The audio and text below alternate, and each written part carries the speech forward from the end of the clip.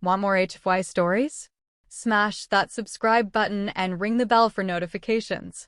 The Icarus drifted through the Chroma Veil, its sensors screaming into the void.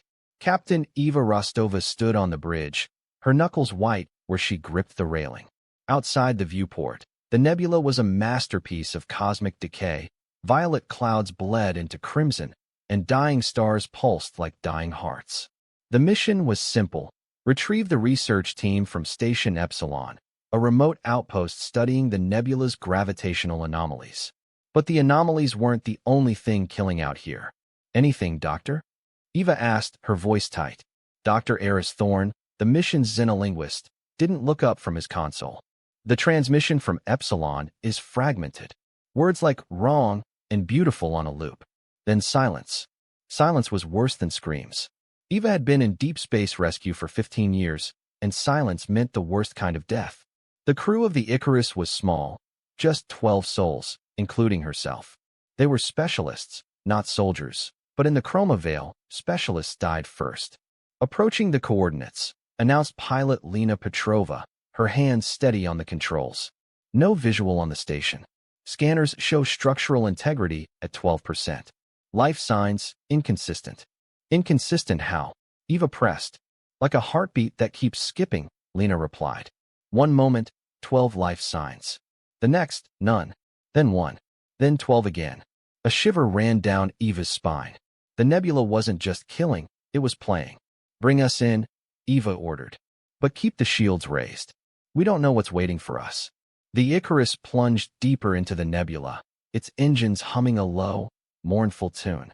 Outside, the colors swirled like a kaleidoscope of nightmares. Eva had seen wonders in her life, but this felt wrong. Beautiful, but wrong. Like a painting so perfect it was terrifying. Station Epsilon was a wreck. The hull was buckled, and sections of it had been peeled back like fruit rind. The Icarus docked with a groan of stressed metal, and Eva led the boarding team down the gangway. The air inside was thick with the smell of ozone and something else, something sweet, like rotting flowers. Epsilon to Icarus, do you copy? Eva's voice echoed in the corridor. Silence answered. They moved cautiously, weapons drawn.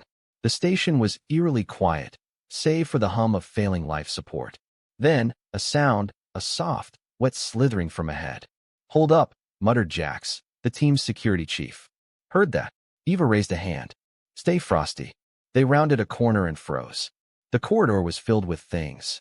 Amorphous masses of shifting flesh, pulsing in time with the station's erratic lights. They had no faces, no eyes, just endless, shifting surfaces. One of them detached itself from the wall and flowed toward them, its form rippling like liquid. Open fire, Jax yelled.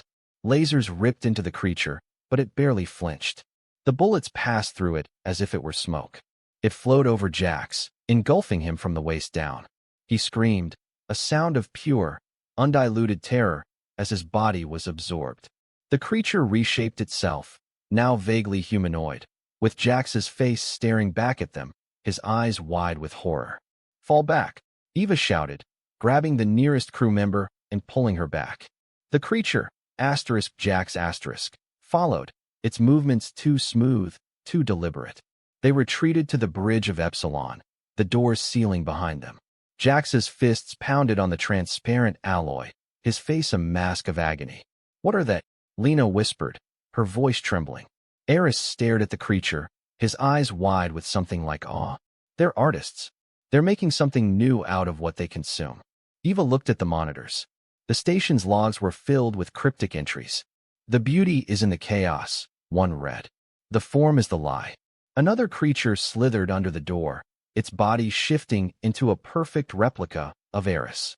Captain, it said, Eris's voice dripping with honey. You don't understand. You're afraid of the change. But we're just evolving. Eva raised her gun. Get back. The Eris creature tilted its head. You'll break eventually. Everyone does. The bridge of Epsilon was a tomb. The creature that had been Jax lay motionless on the floor, its form still vaguely human, but now inert, as if it had forgotten how to move. The Eris creature was gone, melted back into the walls. Eva leaned against the console, her breath ragged.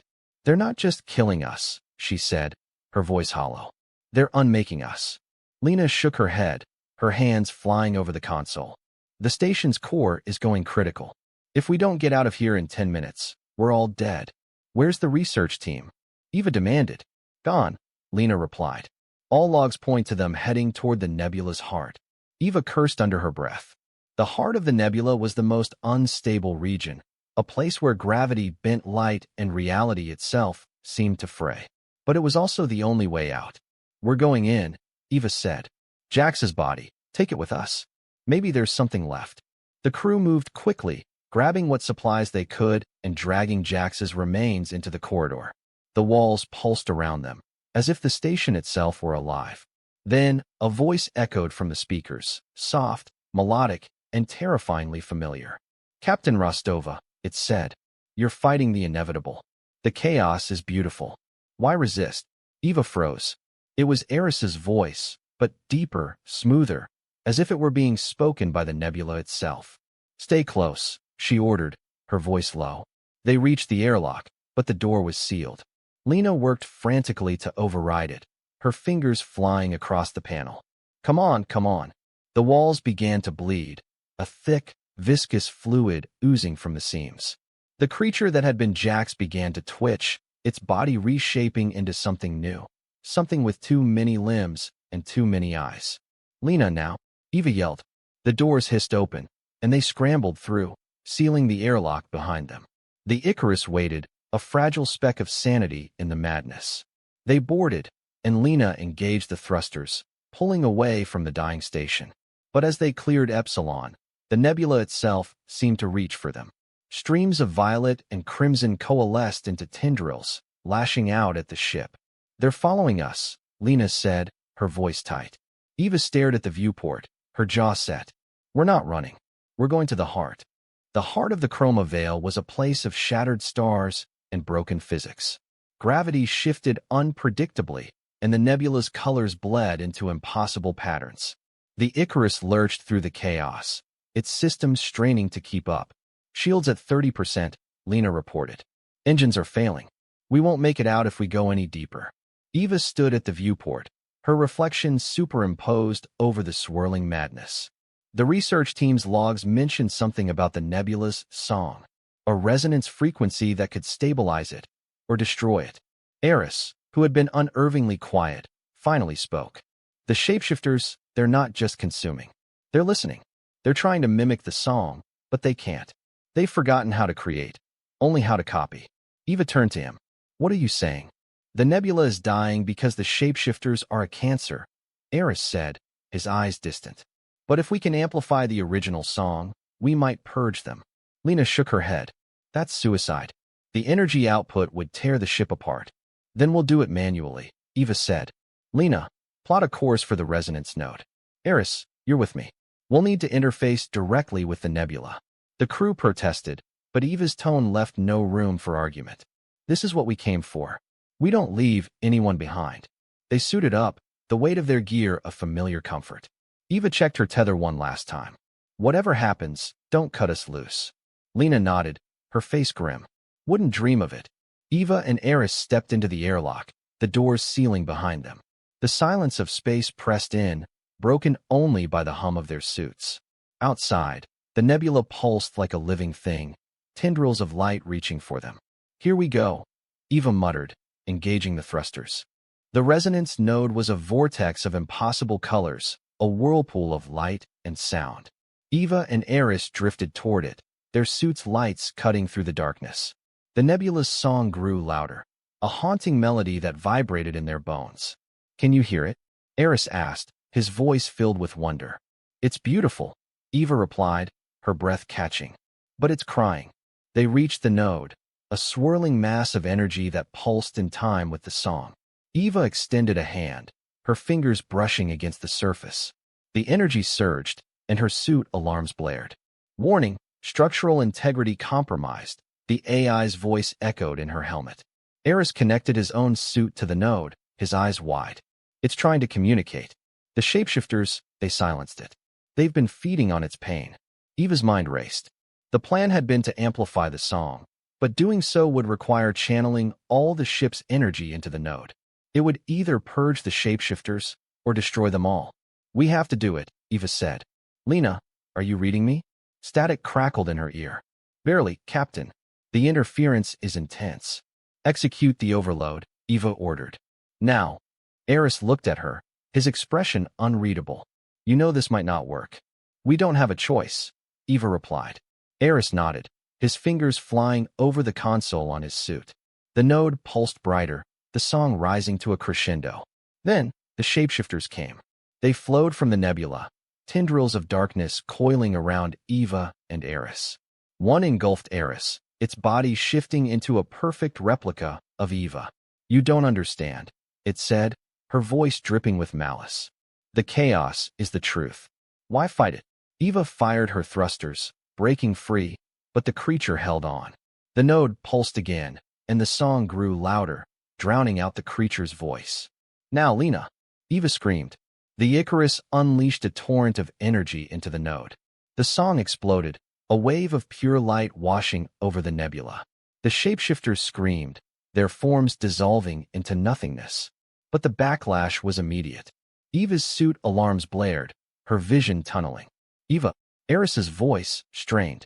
The nodes collapsing. Eva reached for him, but a tendril of energy slammed into her. The world went white. Eva woke to the sound of dripping water. Her head throbbed, and her suit was dead. The nebula's song was gone, replaced by an eerie silence. She was in a chamber of smooth, white stone, the air cool and clean. Eris, she called out. No answer. She pushed herself up, her limbs heavy. The chamber was empty, save for a pedestal in the center. On it rested a crystal, pulsing with a soft, blue light. As she approached, the crystal hummed, and a voice filled her mind. Not Eris's, but the nebula's. You saved us. Eva reached out, her fingers brushing the surface. Images flooded her mind, shapeshifters writhing in agony, the nebula's colors stabilizing, the Icarus vanishing into the light. You destroyed them, she whispered. You gave them peace, the voice replied. But you are trapped. Eva's blood ran cold. The overload had worked, but at a cost. The node had collapsed, sealing her in this chamber. The Icarus was gone, lost in the backlash. Lena, she called again. Silence. The crystal pulsed again. Asterisk, the others escaped. You stayed. Asterisk. Eva slumped against the pedestal, her breath catching. She had done her job. The team was safe. But she was alone. Why? She asked the crystal. You understood the beauty, it replied. Asterisk, the others feared the chaos. You embraced it. Asterisk. Eva stared at the crystal, a slow realization dawning. The shapeshifters hadn't been monsters. They had been artists, trapped in a cycle of destruction. And she, in her own way, had been the same. She had found meaning in the chaos, beauty in the destruction. The chamber's walls began to glow, the white stone shifting into hues of violet and crimson. The nebula song returned, softer now, a lullaby. Eva smiled. I don't need to escape, she said, her voice calm. I'm home. Lena Petrova stared at the stars, her hands trembling. The Icarus was adrift, its systems barely functional. The nebula was gone, replaced by a calm, empty expanse of space. Captain, she whispered into the comms. Static answered. They're gone, Jax's voice said from behind her. Lena spun, her hand on her weapon. But it was Jax, whole, unharmed, his eyes clear. What happened to you? Lena asked. Jax smiled, a faint, knowing look in his eyes. The nebula let me go. It said I had more to learn. Lena's brow furrowed. What do you mean? The shapeshifters, they weren't the enemy, Jax said. They were just lost. Like us. Lena looked at the viewport, where the last traces of the Chroma Veil faded into black. Eva stayed behind. To save us. Jax nodded. And she found something we couldn't. The beauty in the end. Lena slumped into her chair, the weight of the mission pressing down on her. They had lost everything. Eva, Eris, the station. But the nebula was stable. The shapeshifters were gone. She made her choice, Jax said quietly. And we have to make ours. Lena stared at the stars, her expression unreadable. The universe was a vast, uncaring place, but in its heart, there was beauty. And in its destruction, there was meaning. Plot a course for home, she said, her voice steady. Jax nodded, his fingers flying over the console. The Icarus turned, its engines humming softly as it drifted into the endless dark. In the heart of the nebula, Eva Rostova stood in her chamber of light. The crystal pulsed beside her, its song a constant, comforting presence. The walls shifted around her, forming landscapes of impossible beauty, mountains of starlight, oceans of liquid darkness. She was no longer a prisoner. She was part of the nebula now, its keeper, its artist. The shapeshifters were gone, but their memory lingered in the colors, in the song. "You missed them," the crystal said. Eva smiled, her fingers tracing the curve of the stone. "I do, but they're safe. That's what matters." The nebula's song swelled, and Eva closed her eyes. She could feel the universe around her, the distant stars, the dying galaxies, the birth of new worlds. It was chaos, but it was also harmony. And in that harmony, she found peace. The Icarus floated in the silence of deep space, a tiny speck of humanity in an infinite cosmos. Lena stood on the bridge, her gaze fixed on the stars. Jax was beside her, his expression thoughtful. "Do you think she's happy?" Lena asked. Jax looked at her, then back at the viewport. "I think she's free." Lena nodded, a slow smile spreading across her face. The mission was over. The cost was high, but the reward was greater. They had faced the unknown and survived. And in doing so, they had proven something. Humanity wasn't just about survival. It was about finding beauty in the chaos, meaning in the destruction. And in the end, that was enough. The Icarus turned, its engines blazing as it headed home. And somewhere in the dark, a nebula sang a song of gratitude.